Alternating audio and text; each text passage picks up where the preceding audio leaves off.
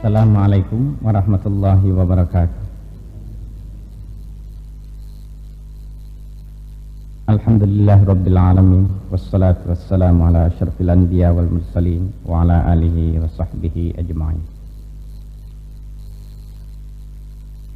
Para hadirin, salah satu konsekuensi keimanan kita kepada Al-Quran dan konsekuensi keimanan kita kepada Muhammad Rasulullah ialah keyakinan bahwa as-sunnah atau al-hadis merupakan sumber hukum kita yang kedua setelah Al-Quranul Karim.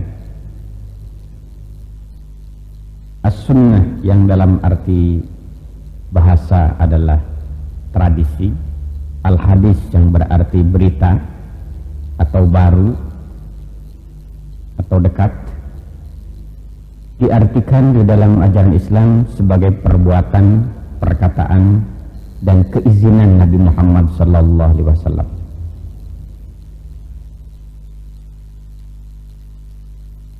Apa yang dilakukan oleh Rasulullah SAW dan apa yang diucapkan oleh Rasulullah SAW, bahkan diamnya Rasulullah terhadap sesuatu sikap dan perbuatan para sahabat yang disaksikannya adalah merupakan pedoman bagi kita. Ayat-ayat Al-Quran yang menunjukkan keharusan kita menggunakan al-hadis atau as-sunnah sebagai sumber hukum banyak sekali terdapat di dalam Al-Quranul Karim. Antara lain, fa in tanaza'tum fi syai'in farudduhu ilallah war rasul. Kalau kalian terjadi perbedaan pendapat atau pertentangan, kembalikanlah kepada Al-Quran dan sunnah Rasul. Atiullaha wa atiur rasul wa ulil amri minkum. Patuhlah kepada Allah, kepada Rasul Allah, dan kepada ulil amri daripadamu. Di dalam sejarah perkembangan pikiran-pikiran di dalam atau di tengah-tengah kaum muslimin, pernah juga berkali-kali terjadi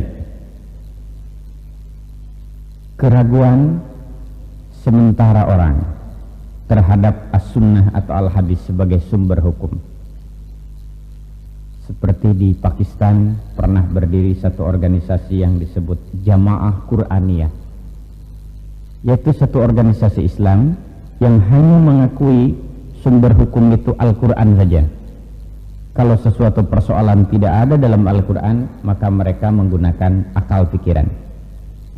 As-sunnah atau al-hadis tidak dijadikan sebagai sumber hukum. Malah beberapa orang juga di tengah-tengah masyarakat kita sering atau pernah ada pikiran-pikiran yang meragukan al-hadis atau as-sunnah sebagai sumber hukum. Apabila seseorang tidak menggunakan as-sunnah atau al-hadis sebagai sumber hukum, banyak akibatnya.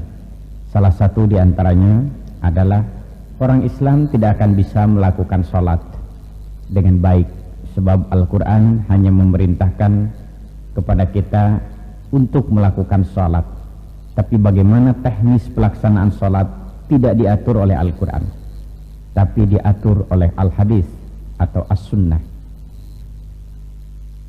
Kita diperintahkan membayar zakat.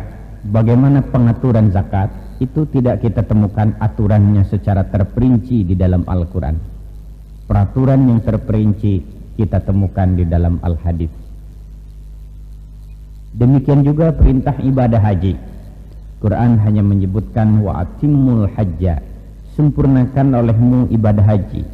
Bagaimana teknis pelaksanaan ibadah haji justru kita temukan di dalam hadis Rasulullah sallallahu alaihi wasallam seperti sabdanya, khuzu anni manasikakum. Lakukanlah ibadah haji seperti ibadah haji yang aku lakukan.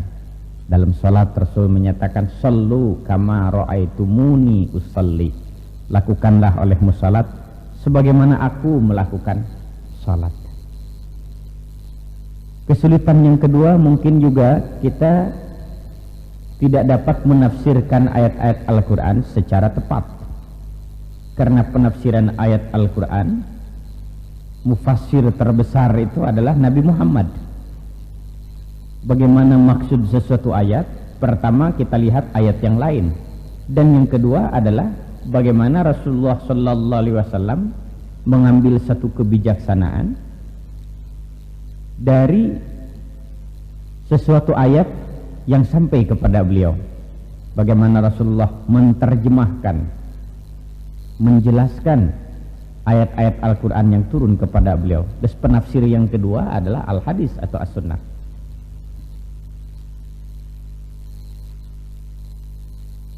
Dan beberapa kesulitan-kesulitan lain, dan yang paling penting tentu saja kalau kita tidak menggunakan Al-Hadis dan As-Sunnah itu sebagai sumber hukum, maka kita tidak melaksanakan sekian puluh atau sekian ratus ayat Al-Quran yang memerintahkan kepada kita untuk menggunakan As-Sunnah sebagai sumber hukum.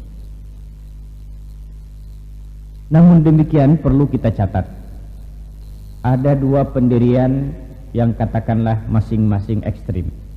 Di satu pihak meragukan Al-Hadis atau As-Sunnah sebagai sumber hukum, tapi di pihak lain ada kecenderungan di tengah masyarakat kita untuk menerima segala apa saja yang disebut Al-Hadis, walaupun hadis itu dhaif bahkan palsu.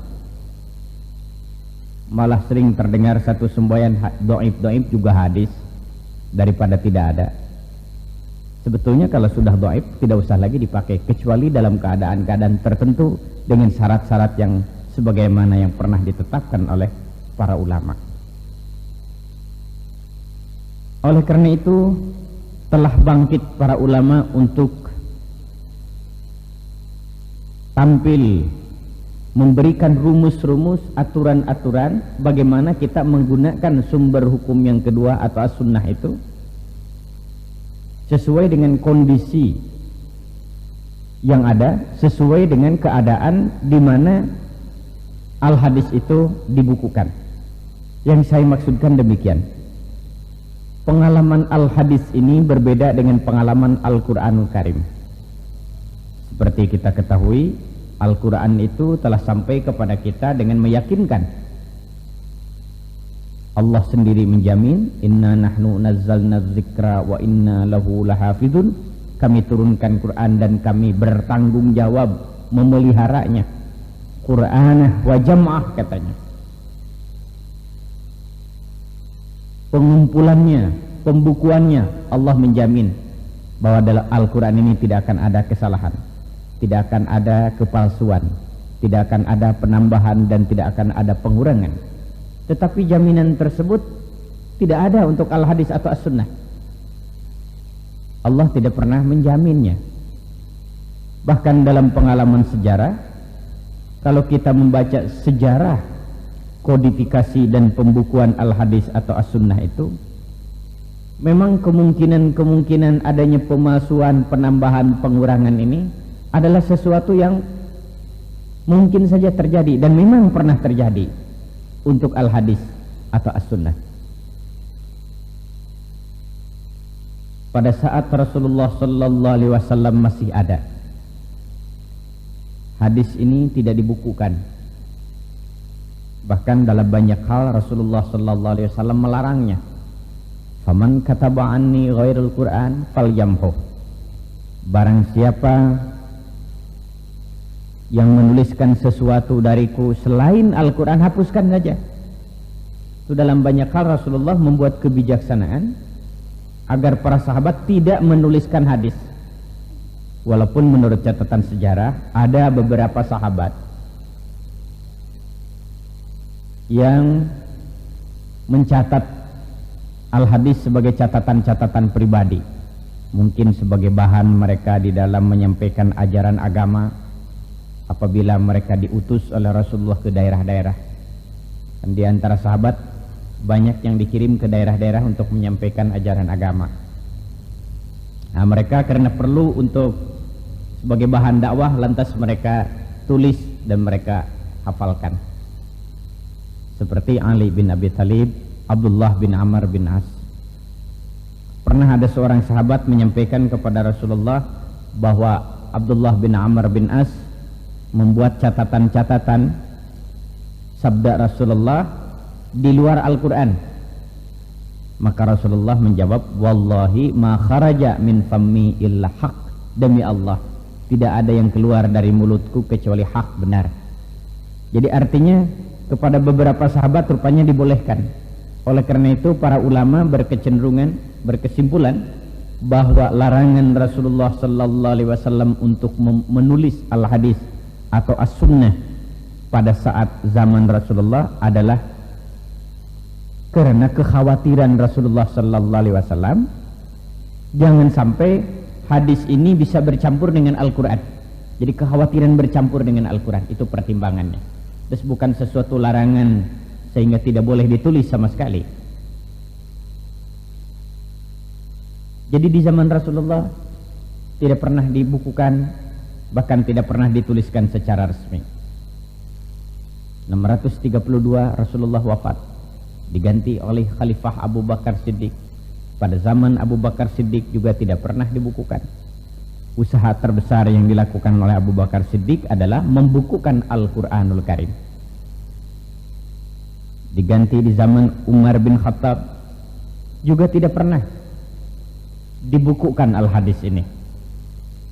Kabarnya pernah Umar bin Khattab mempunyai inisiatif untuk membukukan al-hadis, akan tetapi nampaknya belum sempat terlaksana. Kemudian Umar bin Khattab terbunuh, yaitu oleh Abu Lu'lu pada waktu Umar bin Khattab sedang sholat dan sujud, ditikam oleh seorang pembantunya yang ternyata adalah seorang intelijen lawan yang berhasil menjadi pembantu dekat Umar bin Khattab. Berganti di zaman Utsman juga demikian, berganti di zaman Ali bin Abi Thalib juga demikian, Muawiyah, Yazid bin Muawiyah, Muawiyah bin Yazid, sampai baru timbul inisiatif itu pada zaman pemerintah Umar bin Abdul Aziz, khalifah ke-8 dari dinasti Bani Umayyah yang memerintah pada tahun 99 sampai dengan 101 Hijriyah. Jadi artinya sudah sekitar 90 tahun Nabi wafat, baru timbul inisiatif secara resmi dari satu pemerintahan Islam untuk membukukan hadis. Jadi kita bisa bayangkan 90 tahun setelah Nabi wafat baru timbul inisiatif untuk membukukan hadis. Di zaman Umar bin Abdul Aziz yang dikenal sebagai khalifah ke-8, khalifah yang paling adil di antara dinasti Bani Umayyah. Malah sering ahli tarikh menyebutkannya beliau ini sebagai khalifah ke-5 dari Khulafaur Rasyidin.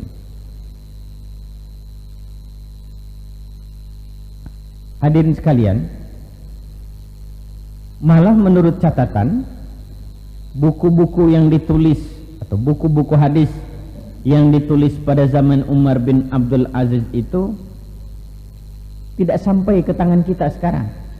Terus generasi kita ini sekarang tidak dapat menemukan buku-buku yang ditulis pada waktu di zaman Umar bin Abdul Aziz.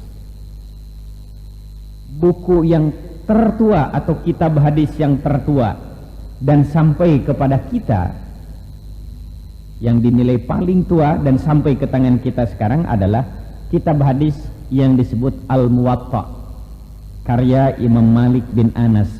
Beliau hidup pada tahun 93 sampai 179 Hijriyah. Sekitar 120 atau 130 atau 140 tahun setelah Nabi wafat. Kitab hadis Al-Muwatta itu yang tertua. Dan menurut para ulama, kitab hadis Al-Muwatta karya Imam Malik yang merupakan kitab tertua dan sampai kepada kita sekarang, ini dinilai tidak termasuk kitab hadis pilihan. Dari 7 kitab hadis pilihan tidak dimasukkan Al-Muwatta.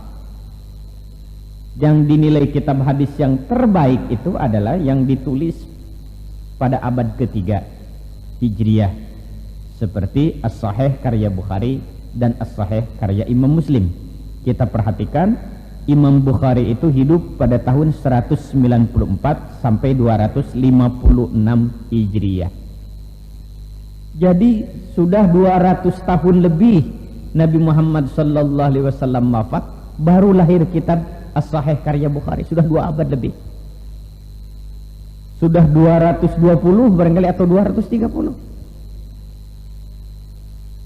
Sesudah sekian 200 tahun lebih Rasulullah wafat, baru pembukuan hadis Bukhari. Sebelum itu merupakan hafalan atau catatan-catatan pribadi.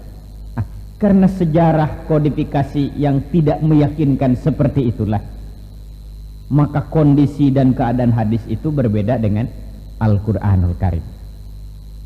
Apakah pada saat belum dibukukan, tidak mungkin pada waktu itu dipengaruhi oleh kultur Arab, oleh kultur Persia, oleh gaya bahasa retorika orang yang menyampaikan? Tidak ada jaminan, tidak ada jaminan. Kemungkinan itu ada saja. Walaupun para ulama telah berusaha keras untuk mengadakan seleksi-seleksi itu, tapi bagaimanapun diseleksi, kualitas hadis itu tidak akan sama dengan kualitas Al-Quran yang sangat meyakinkan.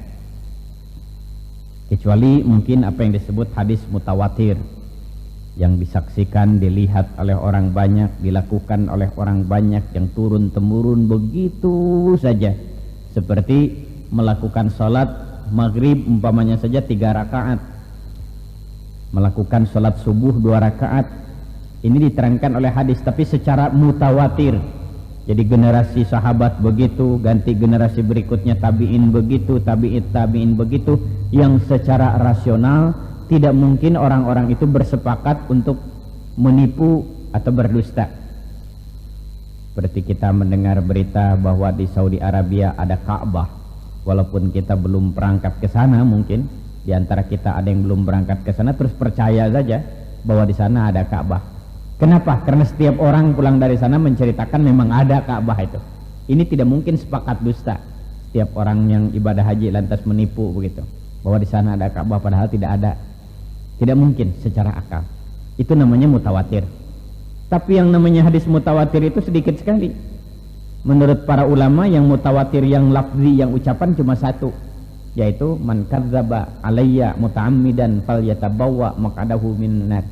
Barang siapa yang berdusta atas namaku, maka siap-siap masuk neraka. Hanya 1 itu yang lafaz. Kemudian yang perbuatan yang banyak. Tapi sebagian besar hadis itu disebut khobar ahad, artinya tidak mutawatir, tidak meyakinkan.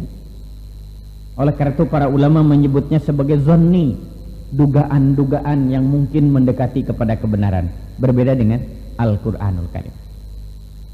Kenapa? Karena tadi jaraknya terlalu jauh. Pada saat pembukuan, lama sekali hanya dalam hafalan-hafalan atau catatan pribadi.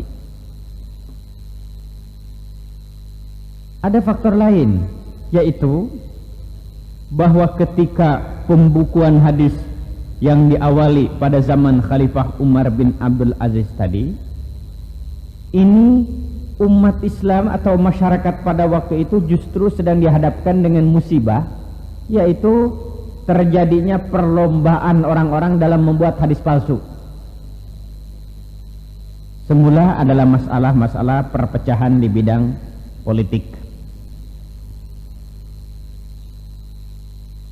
yang parah ketika terjadinya perang antara Ali bin Abi Thalib dan Muawiyah.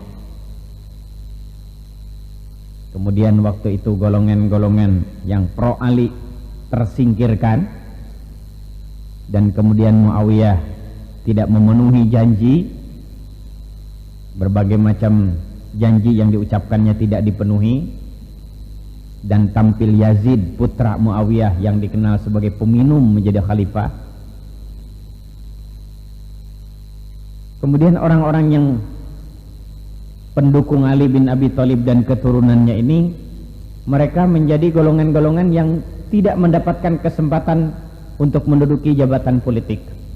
Bahkan Yazid membuat sesuatu keputusan, setiap khutbah yang dilakukan pada waktu itu harus memasukkan, pertama memuji-muji penguasa yaitu Yazid, yang kedua menjelek-jelekan atau menerangkan tentang kesalahan pendirian Ali dan kelompoknya. Nah, sehingga orang-orang yang pendukung Ali ini semakin tersingkirkan, dakwah tidak bisa, jabatan-jabatan politik tidak bisa. Akhirnya, nah inilah yang kemudian menjadi cakal bakal Syiah itu, golongan Syiah. Tersingkirkan, di antara mereka itu timbullah usaha yang jelek, yaitu membuat hadis palsu yang ternyata juga dijawab oleh ulama-ulama yang pro atau yang menamakan diri ulama barangkali, yang pro Muawiyah, yang pro keturunan Muawiyah, membuat lagi hadis palsu sehingga bertebaranlah hadis-hadis palsu. Jadi banyak sekali hadis-hadis palsu, baik yang dibikin oleh umat Islam sendiri, malah yang dibikin oleh orang-orang yang pura-pura masuk Islam. Apakah hadis-hadis palsu yang dikeluarkan pada saat itu sudah berhasil diberantas? Ternyata tidak berhasil dan sampai sekarang masih berkembang di tengah masyarakat kita. Ini yang menjadi keprihatinan kita. Jadi yang namanya hadis-hadis palsu itu masih berkembang di tengah masyarakat kita, masih menjadi milik masyarakat kita, dan inilah yang merupakan salah satu keprihatinan kita. Kita masih sering mendengar pernyataan bulan Maulud, man anfaqa dirhaman li mauludi kuntu lahu syafi'an yaumal qiyamah. Barang siapa yang menafkahkan satu tali untuk mauludku, aku akan menjadi penolongnya di yaumil qiyamah. Ini hadis palsu, tidak mungkin dinyatakan oleh Rasulullah, sebab peringatan maulud baru diperingati sejak abad pertengahan. Di zaman Nabi tidak pernah ada, di zaman sahabat tidak pernah ada, tabi'in tidak ada, tabi'in tidak ada. Ada kultur saja. Kalau Nabi memerintahkan kan artinya jadi bisa jadi wajib, sekurang-kurangnya bisa jadi sunat, tidak mungkin. Kalau Nabi pernah menyatakan, mestinya sahabat yang paling rajin memperingati maulud. Tapi ternyata tidak. Ini palsu. Dalam peringatan Isra Mi'raj kita masih mendengar cerita tentang gambar buruk itu, yang wajahnya wajah wanita, sayapnya ada pada paha,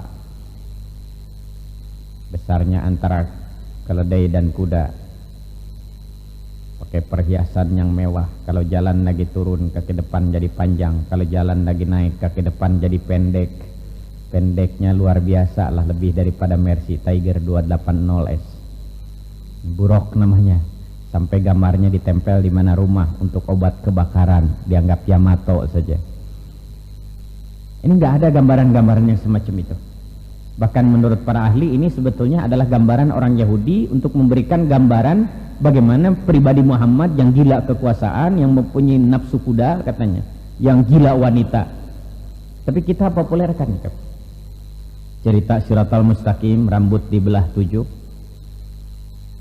yang membentang antara alam mahsyar dengan surga, yang tajamnya lebih daripada pisau silet. Kalau orang bangun masjid nanti akan naik masjid. Kalau orang kurban nanti akan naik binatang kurban. Kalau kurbannya sapi bisa 7 orang. Cilaka yang 2 orang bisa bagian ekornya bisa jatuh ke bawah. Cerita Siratal enggak ada yang seperti itu, dongeng lagi. Cerita tentang Nabi Ayub yang penuh koreng itu. Kalau mau salat katanya dikeluarkan dulu binatang-binatangnya, disimpan di atas batu untuk mendapatkan sinar matahari, vitamin D barangkali. Nanti setelah salat ditanam lagi, sabar. Jadi ya mungkin bagi orang-orang awam dia menjawabnya itu dengan astagfirullah, sabar gitu. Kecuali bagi barangkali orang yang menggunakan akal menjadi berpikir, masa begitu sabar itu harus menanamkan binatang lagi. Palsu.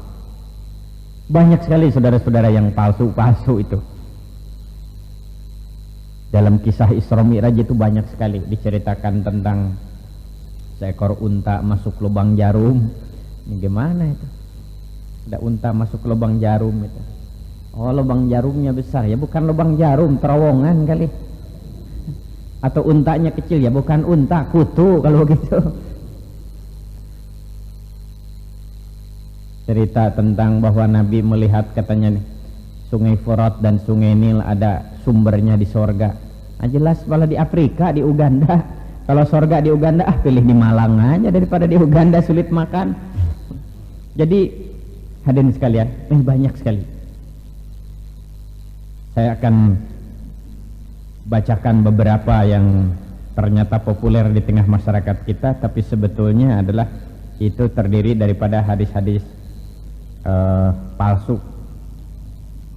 Ada dongeng katanya sesungguhnya perahu Nabi Nuh itu bertawaf 7 kali mengelilingi Ka'bah dan sholat di makam Ibrahim 2 rakaat.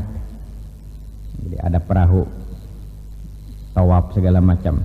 Bagi orang awam ini akan diterima, dia akan istighfar, Astagfirullahaladzim, perahu aja udah tawaf sedangkan kita belum nih. Sesungguhnya Allah tatkala menciptakan huruf maka bersujudlah ba dan tegaklah alif katanya. Ketika Allah menciptakan Al-Quran, berdirilah alif, duduklah lam, dan sujudlah mim, menjadi alif lam mim. Memang kalau nggak berdiri bukan alif lagi, nggak ada alif tiduran. Kalau alif selalu berdiri, kalau tiduran bukan alif lagi. Aku adalah penghabisan Nabi, tidak ada Nabi sesudahku kecuali apabila dikehendaki oleh Allah. Tidak mungkin pernyataan itu. Jelas Allah sudah berkehendak tidak ada lagi Nabi setelah Nabi Muhammad. Allah menciptakan malaikat dari rambut, tangan, dan dadanya. Ini dibikin oleh orang-orang Yahudi untuk mengotorkan ajaran Islam. Anak zina tidak akan masuk surga hingga 7 turunan. Ini saya dengar masih banyak ini yang berpaham bahwa anak zina sampai 7 turunan tidak bisa masuk surga. Nah, apa salahnya dia? Yang salah kan bapaknya sama ibunya. Kenapa pakai kawin hansip? Anaknya tidak berdosa. Jadi tidak ada dikenal anak haram dalam ajaran Islam. Yang haram adalah bapaknya dan ibunya. Barang siapa yang memperoleh anak, ini masih banyak beredar. Barang siapa yang memperoleh anak dan kemudian diberi nama Muhammad, maka dia dan anaknya akan masuk surga. Enak saja tiket surga dengan nama Muhammad. Barang siapa membaca la ilaha illallah, maka Allah akan menjadikan baginya seekor burung yang mempunyai 70 lidah. Pada tiap-tiap lidah 70.000 bahasa yang memohon ampun kepada Allah untuk orang tersebut. Banyak sekali di antara masyarakat yang merasa sudah dapat membeli tiket surga dengan zikir la ilaha illallah. Salat tidak, berjuang tidak, membangun tidak, tapi tiap malam Jumat la ilaha illallah saja sekian puluh ribu kali. Karena la ilaha illallah terlalu panjang, akhirnya diambil ujungnya saja. La ilaha kan negatif, diambil Allahu Allahu Allahu Allahu Allahu Allahu Allahu Allahu ya, sampai berbusa itu kalau bilang Allahu terus ribuan kali. Karena Allahu terlalu panjang, ambil ujungnya saja.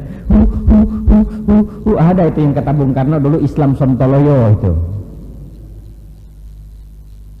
Saya datang ke Langkat, Sumatera Utara, ketemu dengan orang yang begitu. Saya lihat di Jawa Tengah ada orang yang begitu. Di Jawa Barat juga rame itu orang-orang. Allah, Allah, Allah, Allah, Allah, Allah. Sebetulnya bisa diganti dengan bass gitar gitu.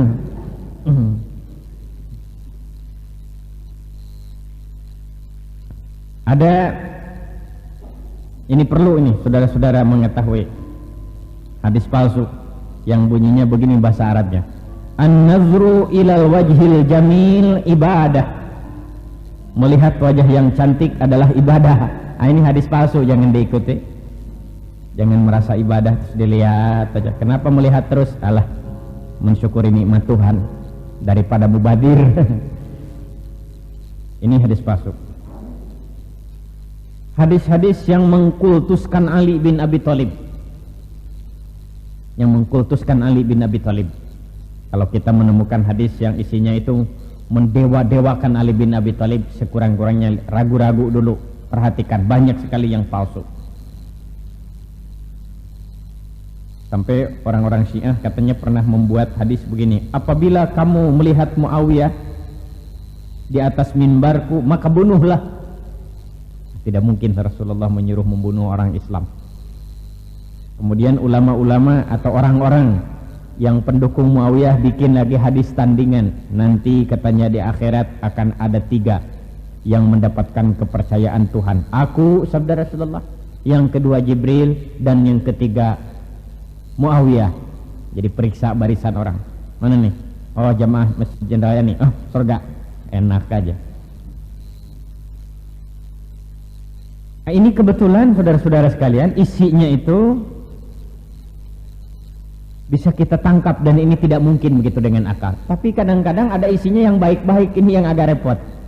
Isinya baik tapi itu bukan sabda Rasulullah. Sehingga orang banyak keliru. Isinya kelihatannya baik. Jadi kalau sepintas lalu seolah-olah ini adalah baik, yang menganjurkan memperingati Maulid, seolah-olah kan baik. Kemudian ada lagi umpamanya saja hadis atau pepatah bahasa Arab yang sering dianggap hadis, unzur ma qala wala tanzur man qala, lihatlah isi bicaranya, jangan dilihat siapa yang berbicara. Itu kan sebetulnya nasihat bahasa Arab saja.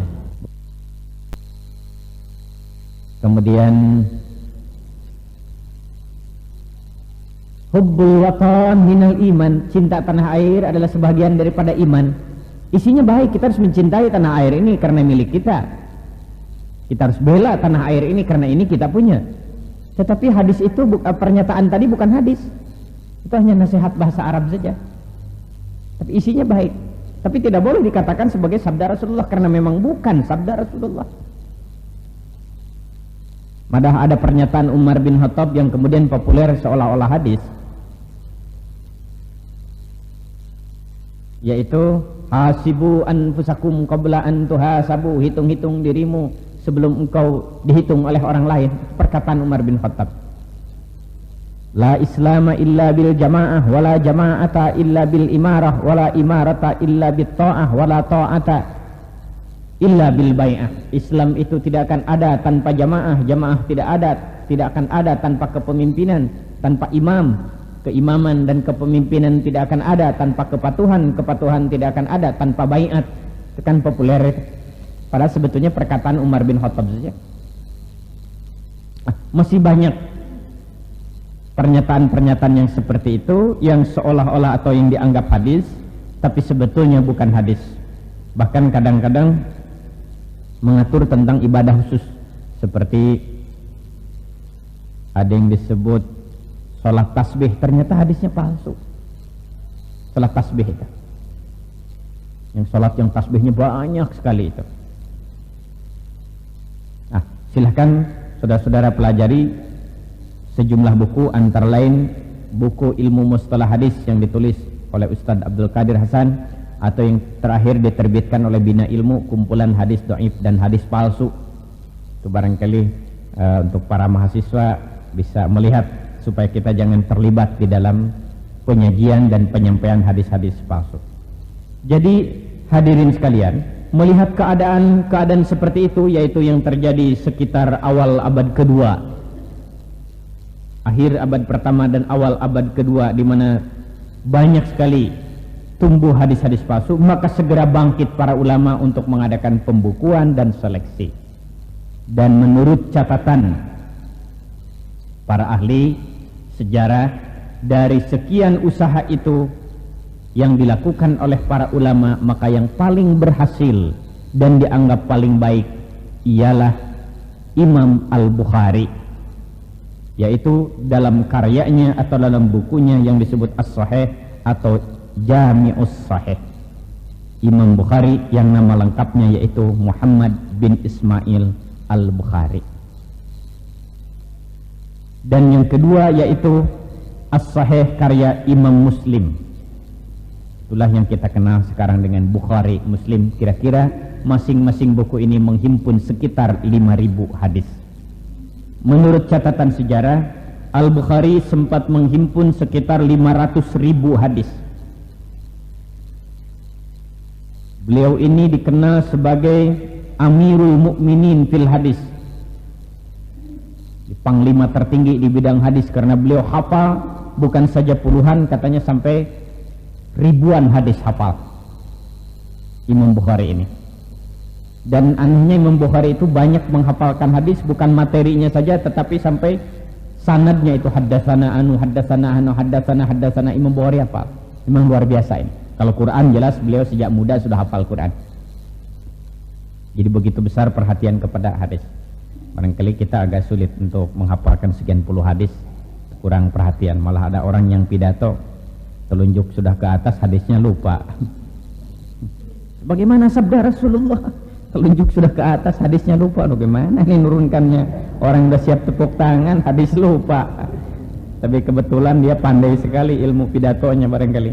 Bagaimana sabda Rasulullah Sallallahu Alaihi Wasallam? Dia turunkan jari ke bawah dengan bilang Sallallahu Alaihi Wasallam. Untung nggak bilang Subhanahu Wa Taala. Yang maksudnya antara lain. Oh, kalau maksudnya antara lain sih yang baik-baik juga. Yang maksudnya antara lain itu. Jadi dari 500.000 hadis ini diseleksi selama sekitar 16 tahun. Akhirnya diambil oleh beliau hanya 1%, yaitu 5.000. Sahih Bukhari itu. Demikian juga Sahih Muslim. Ya, ini kita percaya saja kepada kesepakatan konsensus para ulama. Kabarnya orang Syiah tidak sepakat ini. Mereka lebih menganggap Sunan An-Nasa'i lebih baik daripada Sunan Bukhari.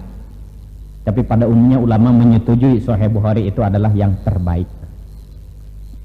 Tapi sekali lagi tadi ditulisnya adalah antara 194 sampai 256, sekitar 220 atau 230 lah Hijriah.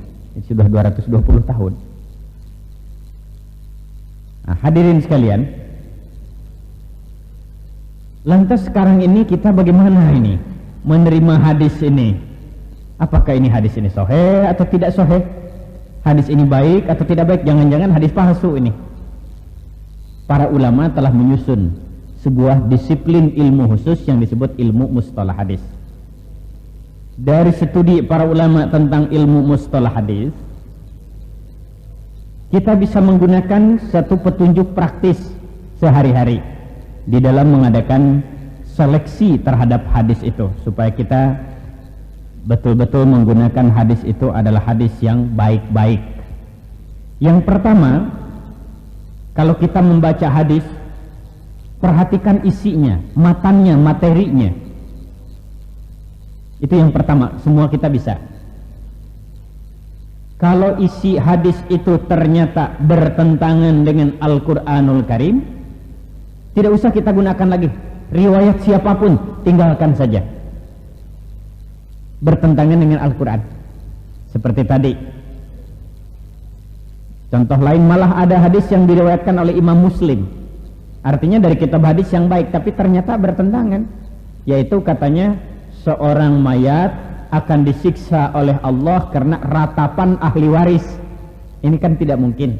Yang meratap yang hidup, yang disiksa yang mati. Kalau begitu ada impor ekspor dosa ini.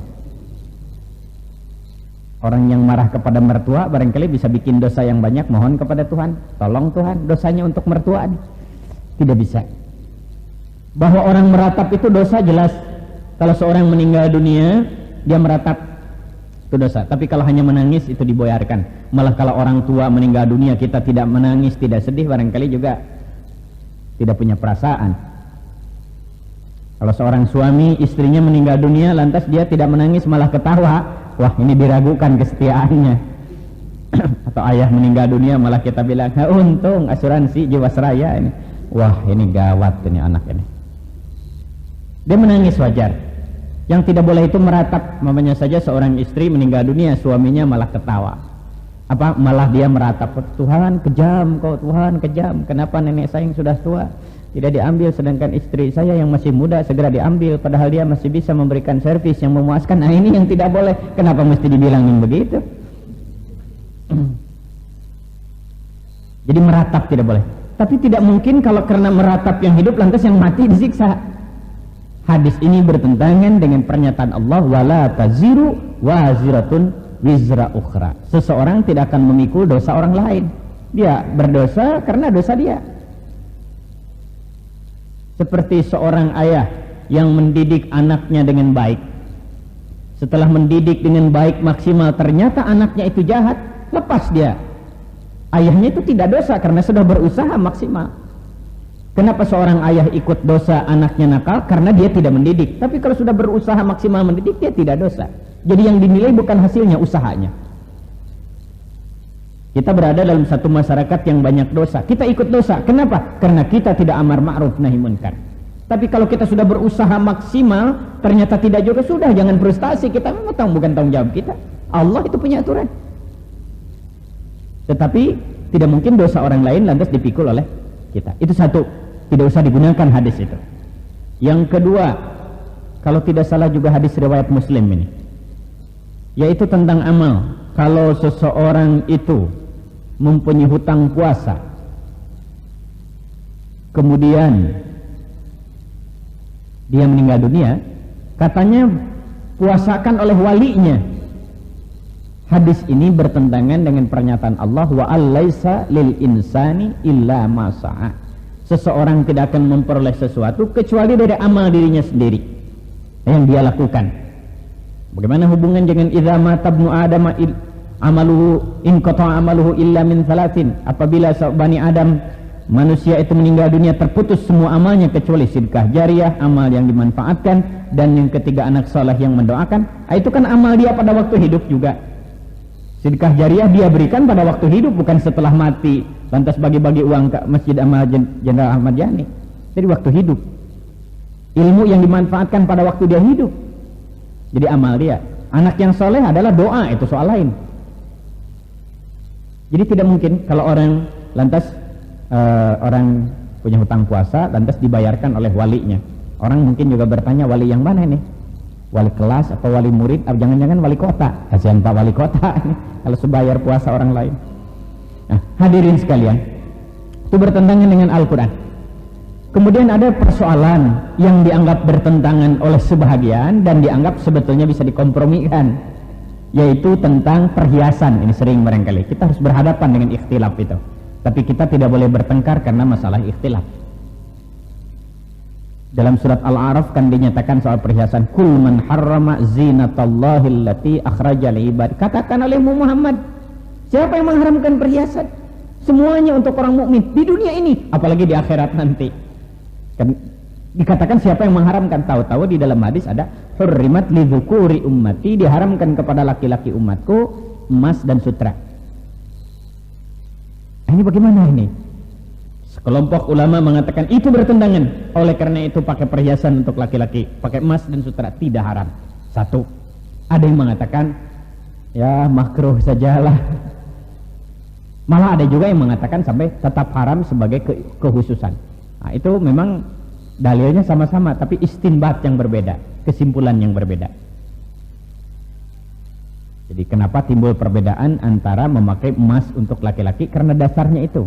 Ada yang mengatakan hadis itu bertentangan, antagonistis dengan Al-Quran, dan ada yang mengatakan tidak bertentangan tapi itu bisa dikompromikan, yaitu semuanya boleh kecuali emas katanya. Sampai sekarang itu tidak bisa dikompromikan, pendapat itu begitu saja, dan kita nggak perlu bertengkar. Yang merasa menganggap haram jangan pakai, yang merasa menganggap halal dan punya ya terserahlah. Tapi dasarnya itu. Ini yang penting, kita kesiapan diri untuk berbeda. Bukan pilih yang ringan ya, tetapi kita berusaha maksimal untuk mencari mana yang lebih logik menurut pikiran kita. Yang kedua yang dipersoalkan juga soal makanan. Allah Subhanahu wa taala membatasi haram makanan itu 4. Innama al-hasru, hanya saja yang kami haramkan itu adalah babi, bangkai, darah, dan ini potong bukan atas nama Allah.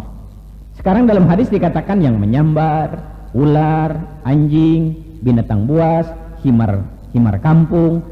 Itu bagaimana ini kedudukan yang diharamkan oleh hadis? Sebagian ulama mengatakan ini bertentangan dengan Quran, dengan al-hasru, hanya saja. Kalau sudah hanya saja tidak ada lagi. Ada yang mengatakan ya haram jugalah, tapi tidak seharam yang 4 begitu. Dikatakan makruh tahrim. Bagaimana sikap kita? Kalau saya berpendapat ihtiyat, preventif, ya sudahlah tinggalkan aja yang diharamkan oleh hadis juga. Pilih saja yang sudah jelas halalnya, daripada kita nyerempet kepada sesuatu dipersoalkan apakah halal atau haram. Kenapa pilih anjing umpamanya saja, toh kambing masih banyak, kelinci jelas halal. Kenapa kita mesti pilih ular, ikan belut masih banyak? Jadi pilih saja yang sudah pasti halalnya. Itu tindakan preventif kalau menurut hemat saya. Nah, hadirin sekalian, ini bertentangan dengan Quran. Tinggalkan kalau bertentangan dengan Quran. Bertentangan dengan fakta sejarah. Ada hadis yang mengatakan bahwa ketika Nabi Isra Mi'raj, Nabi masuk sorga, Nabi makan buah di sorga, pulang ke Mekah, katanya langsung bergaul dengan Khadijah, lahirlah Fatimah. Di Fatimah ini bibitnya bibit sorga. Ini bertentangan dengan fakta sejarah. Karena Isra Mi'raj Rasulullah dilakukan setelah Khadijah meninggal dunia dan Fatimah sudah ada. Bertentangan dengan fakta sekarang seperti tadi, yaitu Nabi melihat sungai Furat dan Nil, katanya sumbernya di sorga. Nah, jelas faktanya berbeda toh, malah di Afrika. Ini yang pertama. Jadi lihat saja isinya. Setelah isinya baik, apakah setiap isinya baik lantas hadis itu menjadi sahih? Tidak. Lihat kita ujungnya, rawahu diriwayatkan oleh siapa? Kalau di dalamnya terdapat Bukhari dan Muslim meriwayatkan, para ulama sepakat menganggap itu adalah hadis yang baik. Kalau memang isinya sudah baik, maka berdasarkan kesimpulan itu, kalau kita melihat ujung hadis rawahul jamaah, seperti hadis innamal a'mal binniyat wa innamal likulli imri'in ma nawa dan seterusnya, ujungnya ada rawahul jamaah, diriwayatkan oleh jamaah, hadis ini baik, sahih. Jamaah, siapa jamaah itu? Kelompok ahli-ahli hadis yang banyak sekali. Yang kedua, kalau ujungnya itu rawahus sab'ah, diriwayatkan oleh imam 7, itu sahih. Imam 7 siapa? Yaitu Imam Bukhari dalam sahihnya, Imam Muslim dalam as-sahihnya, kemudian Imam Abu Dawud dalam as-sunan, Imam An-Nasai dalam as-sunan, Imam At-Tirmizi dalam as-sunan, Imam Ibnu Majah dalam as-sunan, dan Imam Ahmad dalam al-Musnad. 7 kitab hadis pilihan. Jadi kalau mau koleksi kitab hadis itu Bukhari dulu, kemudian Muslim, kemudian Abu Dawud, kemudian Nasai, Tirmizi, Ibnu Majah, Ahmad. Kalau sudah punya 7, itu baru tingkat advance ini ilmu agamanya. Kalau sudah dikuasai 7 reference kita setelah Al-Quran. Tapi kalau Bukhari dan Muslim saja barangkali untuk hal-hal sehari-hari kita cukup. Kemudian rawahus diriwayatkan oleh Imam 6, yaitu Imam 7 dikurangi Imam Ahmad. Atau muttafaqun alaih, disepakati Bukhari Muslim, asal isinya sudah baik. Atau diriwayatkan oleh 2 syekh, yaitu Bukhari Muslim. Atau diriwayatkan Bukhari saja atau Muslim saja. Nah, sekarang bagaimana kalau kita menemukan sesuatu hadis rawahu selain Bukhari dan selain Muslim, tapi isinya baik? Kita lihat kemudian kadang-kadang para ulama memberikan sesuatu komentar. Ada pernyataan begini, diriwayatkan oleh Imam Asy-Syafi'i wa shahhahul Bukhari, dan disahihkan oleh Bukhari. Ini hadis baik. Kalau ada kata-kata wa shahhahu, ini agak sulit bilang wa shahhahu, kadang-kadang orang terlalu banyak wa shahhahu, dan disahihkan oleh Imam Bukhari atau Imam Muslim, atau dengan syarat Bukhari dan Muslim, itu juga sahih. Kalau tidak ada wasohahahu dan ala syartil Bukhari, maka biasanya diberi gelar hadis ini hadis sahih, hadis ini hadis hasan, dan lain. Kalau ini tidak ada, ini kita memerlukan ilmu. Itu yang disebut ilmu hadis diroyatan, yaitu cara menseleksi yang dimana para ulama dengan menggunakan ilmu hadis diroyatan ini memeriksa seperti yang dilakukan oleh para ulama, yaitu siapa yang meriwayatkannya, orang-orangnya apakah pernah ketemu atau tidak, diperiksa. Imam Bukhari pada saat menghimpun As-Sahih karya Bukhari, yaitu menghimpun kitab As-Sahih 5.000 hadis, pada saat itu beliau juga mempunyai catatan tentang orang-orang yang meriwayatkan hadis, dikumpulkan dalam bukunya namanya Ad-Du'afa, semacam blacklist. Jadi Bukhari menerima satu hadis, ini dari mana? Dari A ke B, B ke C. Periksa A ini bagaimana? Oh, A ini baik semuanya, dan betul-betul ketemu, masuk kepada As-Sahih. Tapi ternyata A, B, C, oh, C ini tidak baik, dia tukang dusta. Siapa C? Catat C dalam buku yang satu, blacklist ini. Jadi catatan orang-orang yang lemah meriwayatkan hadis A. Buku ya karya Imam Bukhari Ad-Du'afa ini kemudian dijadikan pegangan oleh para ulama sekarang pada saat mengadakan seleksi hadis. Terus kalau ada hadis meriwayat melalui C tadi yang oleh Bukhari sudah di blacklist, sudah otomatis hadis itu dianggap tidak baik. Tidak ada ahli sejarah yang seteliti ahli hadis dalam mengungkapkan fakta sejarah. Jadi ahli hadis itu begitu teliti memeriksa sampai bukan saja kejujuran, istilahnya adil itu dia tidak pernah melakukan dosa besar, tidak pernah membiasakan dosa kecil, kemudian dia betul-betul patuh kepada perintah Allah Subhanahu wa taala. Selain itu juga kekuatan hafalannya. Jadi kalau yang pelupa seperti banyak profesor tidak bisa sahih hadisnya kalau dalam meriwayatkan hadis. Kalau lupa itu banyaknya ditudingkan kepada profesor saja. Sebab kabarnya dulu di Yogyakarta ada profesor yang pakai sepatu yang satu coklat, yang satu hitam.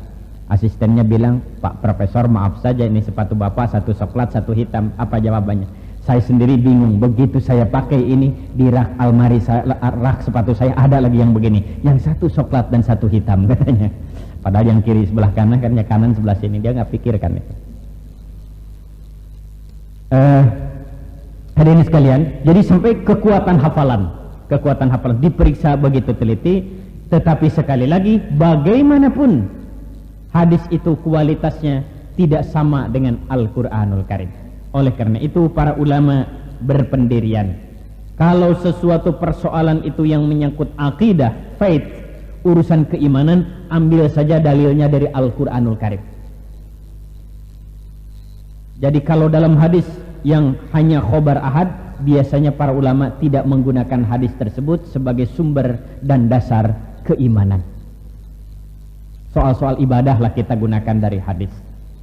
Tetapi hendaklah kita hati-hati juga, sekali lagi, karena yang sampai kepada kita tidak hanya hadis-hadis berdasarkan seleksi yang dilakukan oleh para ulama, tetapi juga sampai kepada kita hadis-hadis yang tidak terseleksi oleh para ulama. Di samping hadis-hadis yang terseleksi yang diterbitkan dan berkembang di tengah masyarakat kita, akan tetapi juga hadis-hadis yang tidak terseleksi berkembang di tengah masyarakat kita. Pemerintah kita baru mempunyai lembaga yang disebut Pentashih Quran. Alhamdulillah. Departemen Agama mempunyai Pentashih Quran. Jadi soal Quran sudah ada lembaga khusus yang mengadakan seleksi. Jadi kalau menerbitkan Al-Quran melalui itu pemeriksaan dari Pentashih Quran, yang sengaja dibiayai oleh pemerintah kita. Akan tetapi Pentashih hadis tidak ada. Jadi sekarang bisa saja berkembang, kecuali kalau melahirkan barangkali keresahan sosial, baru kemudian kejaksaan memeriksa buku itu. Tapi sepanjang tidak melahirkan keresahan dan tidak bertentangan dengan falsafah negara dan undang-undang, tidak akan dilarang. Dan kenyataannya inilah yang banyak terjadi di tengah masyarakat kita.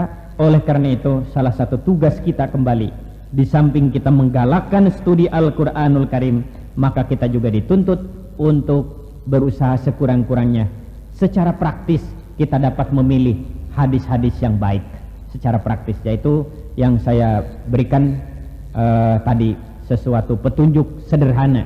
Lihat isinya, setelah lihat isinya adalah lihat rawahu atau akhrajahu-nya. Kalau itu saja dilakukan oleh kita, sudah cukup banyak.